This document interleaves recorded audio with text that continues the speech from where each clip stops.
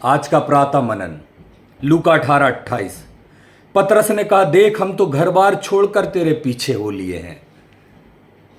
प्रभु यीशु मसीह कहते हैं, तुम में से ऐसा कोई नहीं जिसने मेरे लिए सब कुछ त्याग दिया हो। तुम में से ऐसा कोई नहीं जिसने मेरे लिए सब कुछ त्याग दिया हो।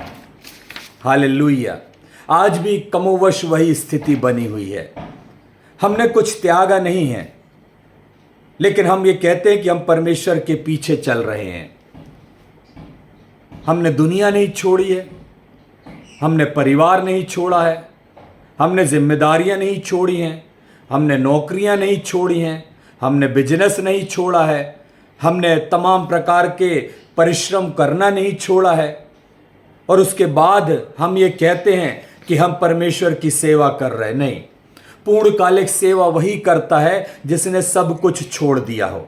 मैं पत्नी और बच्चों को छोड़ने की बात नहीं कर रहा हूं, परंतु उस चीज़ों को जो संसार से लिप्त है, उन चीज़ों की बात कर रहा हूं। नौकरी है, चाकरी है, बिजनेस है और तमाम प्रकार की बातें हैं।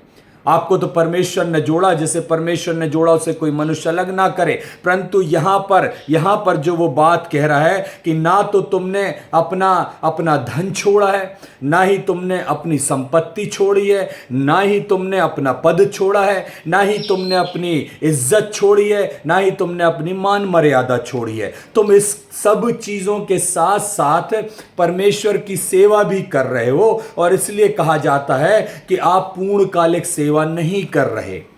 आपकी एक सीमाएं हैं, एक बंधन है, आप उन बंधनों के साथ में जीवन जी रहे हो। और प्रभु यीशु मसीह पतरस से कहते हैं कि ऐसा कोई नहीं जिसने मेरे लिए सब कुछ छोड़ा हो।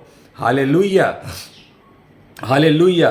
प्रभु यीशु मसीह कह रहे हैं कि तुम इस संसार को छोड़ नहीं सकते, तुम इस संसार से बंधे हुए हो।